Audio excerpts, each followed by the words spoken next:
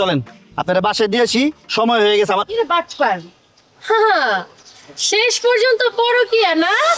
C C C, Majnu তো লজ্জা লাগে না তুই ভাবির সাথে পরকিয়া করতেছস? এই ফাউল, আমার নিয়ে কোনো বাজে কথা বলবি না, আর ভাবিরে নিয়ে কোনো কথাই কবি না।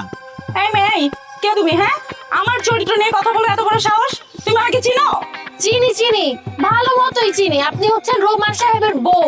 আপনি এই বাটপারের সাথে কি করতেছেন? এই তুমি কে? হ্যাঁ, আমার ব্যক্তিগত বিষয় তোমাকে কেন বলতে যাবো? তুমি তোমার কাছে যাও, যাও। আমি তো যাবই, কিন্তু যাওয়ার আগে বাটপারে একটা শিক্ষা দিয়ে যাবো। ও আমার জীবনটা একদম তেজপাতা বানায় ফেলছে। তুই যদি আমার নিয়ে আরেকটা কথা কস, ভাবির সামনে থাকা অবস্থায় তোর আমি অপমান করবো।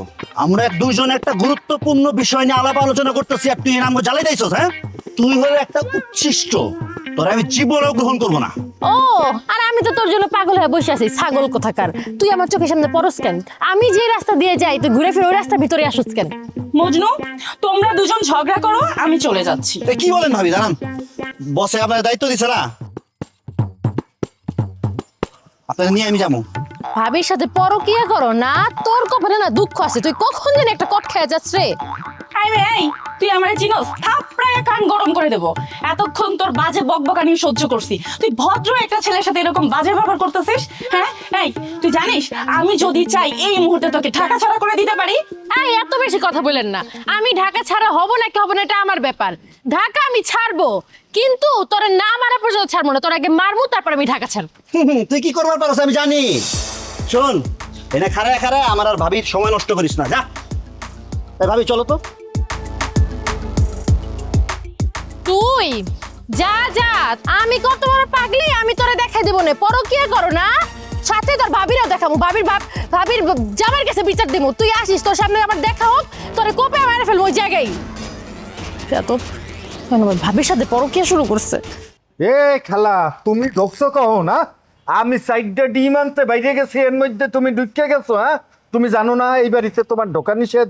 বসে বারে বারে কইয়া দেছে ফুল বানু জানো কোনো মতে এই বাড়িতে ঢুকতে না পারে। হ্যাঁ, গোলামের ফুট গোলাম, কথা কম ক, আর আমার লগে গলা নামায়া কথা ক। তুই ফরিবানোর লগে কি করছস?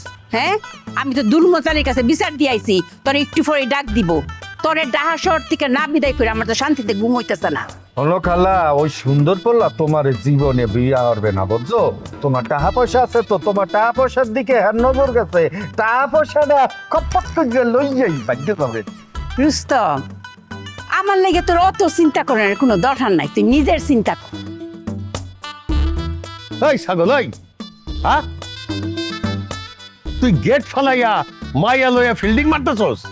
তোর চরিত্র যে এত খারাপ আমি তো আগে জানতাম না। শোনেন, এই রুস্তুম আলী বিয়ে পাশের চরিত্র লইয়া কোনো কথা বলবেন না।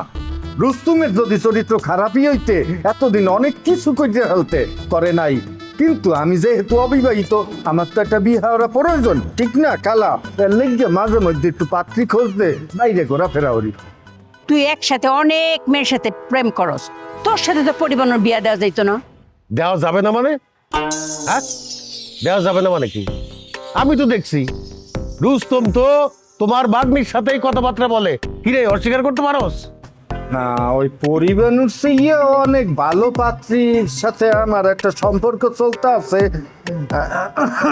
মানে হয়েছে কি, পরিবানুরে বিয়ে কইতে আমি কি পাবো?